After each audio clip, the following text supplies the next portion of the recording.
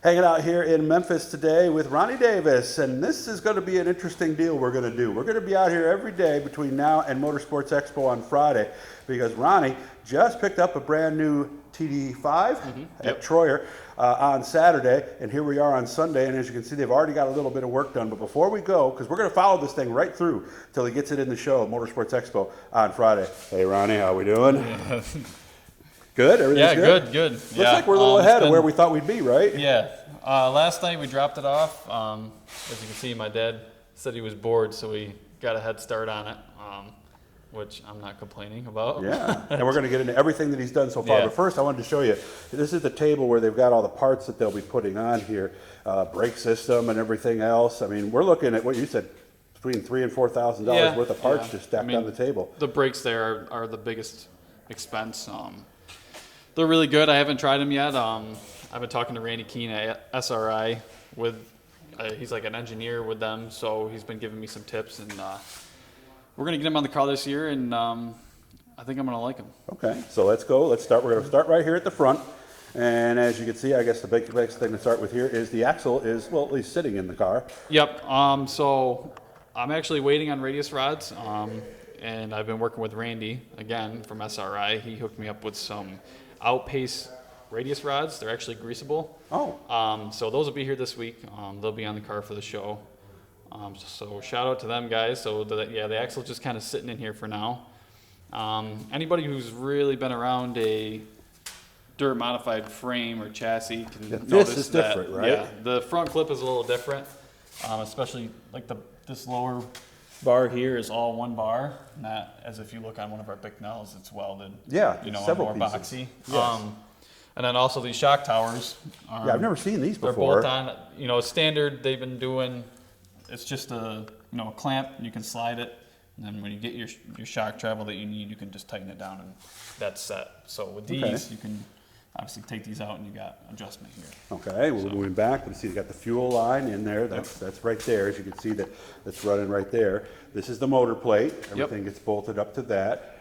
This is your throttle linkage is in. Throttle linkage right there. We're waiting on just a little bit more to to hook that up because we're going to need the floor pan in there for the foot pedal and all that. This here is brake bias. Right here. Yeah, your rod 2, your brake bias. Yep. Okay. Right here we're missing master cylinder, so we're still waiting on that. A lot of the big items are still, as everybody's experienced so far, they're all on back order and huge shortage. So you've heard about rubber floors. This piece here is what they're talking about. Yep. So I mean, if you're familiar with a Bicknell, they have different versions of rubber floor. Yes. This would be their version 2 rubber floor, I believe. So right here is rubber biscuits. They got rubber biscuits here, and then obviously on this side. And it actually moves. You're able to move that, right? Yeah, you can move it. The driver will really notice it if your car is in the air and you're sitting in here and you got your feet resting here. When they set the car down, you'll actually feel this floor come up a little bit. Just gives the car a little flex, basically. Yeah, it's kind of everybody's preference. I'm a fan of this type of floor. A lot of guys believe in solid floors. Some guys think that this floor flexes too much, so they'll go some right people like Pumas and some like Nikes, like I've always said. There's the fuel line going back to the fuel cell, which is actually in the car. We'll get to the fuel cell in a second, but the battery is in, and everybody tells me these are a real pain in the butt to get in and out of the car. Yeah, I mean, once you get your seat in there, because your seat's going to be up here, and then you got brake lines running above it, and then obviously you got panels and stuff, and then your rear end's going to be in here with a radius rod mount. Yeah, it's going to be pretty close to that battery. So it's tight, but you can do it. You just got to make sure you're not arcing it off of anything. What's that right there? This is the left side radius rod mount. Okay. And then this is your left side panhard mount. Okay, so we're going to keep going around the car here. So you can see what I mean about them getting a lot done, because this was just a bare frame yesterday. Fuel cell, 23 gallons, I believe you. 24? Yeah. Okay. And is that ready? Just about. I mean, you got your dipstick, and then we got to put our return and our vent on. Oh, show them the dipstick, because this is something they came out with a few years ago. Remember how guys used to stick like a broom handle kind of thing inside the car? There's the dipstick right there. So some guys will notch this just to, or you can use a measuring tape. I've always either notched them, and then I somehow find a reason to always break them off when I'm testing my fuel. So I'll Yeah. use I got a wooden dowel in there that we use. Oh, That's you all I'm still working with, let so, yeah, everybody does, some right? guys- yeah. It's So that'll just, cover onto the other side of the car. Yeah, and you've been seeing that for years, just a wooden dowel with a yeah. couple little markings yeah. on it. And sometimes the wooden dowel is easier to see the fuel on. Yeah, I can see that. These it'll dry up pretty quick, depending on the night you get. But shock mount. yep, shock mount just mocked up on there for now. Okay, and then what's this Then last we got piece over here? the right side radius rod. I mean, so this you can mount it back here. You can mount it up there, depending on the length rods that you want. Yeah, whether we want to go short or Yeah, not, or yeah. and a lot of guys are going with something in the middle, right? Yep. Yeah, it's again, I think it's preference. Are you going to be short rod on the other side? Yes, On yep. the left side? Yep. And that rod is really only, what, maybe 2 feet at the most? It's probably not 17 inches. 17 Yeah, inches, okay. 17, 18 inches. Okay. What's this down here? That is the electronic right front shutoff. Oh, okay. I've never run an electronic one. I've always had just a regular shutoff valve. I've never really used it.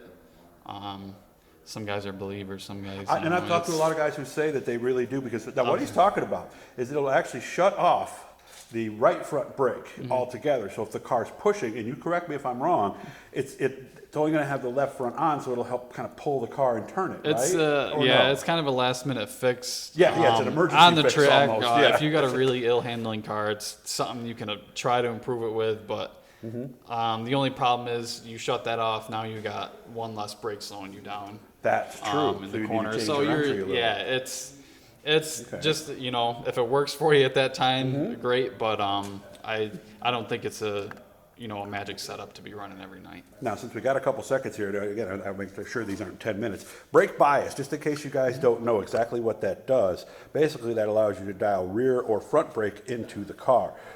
So this right here, there'll be a knob on this, and depending on how, again, it's everybody's preference. I like to run a little bit more rear brake than I've heard of people running. So you can dial it right here, and it'll actually put more bias into either your rear brake or front brake, depending on how you like to drive your car. And again, I'm going to oversimplify here.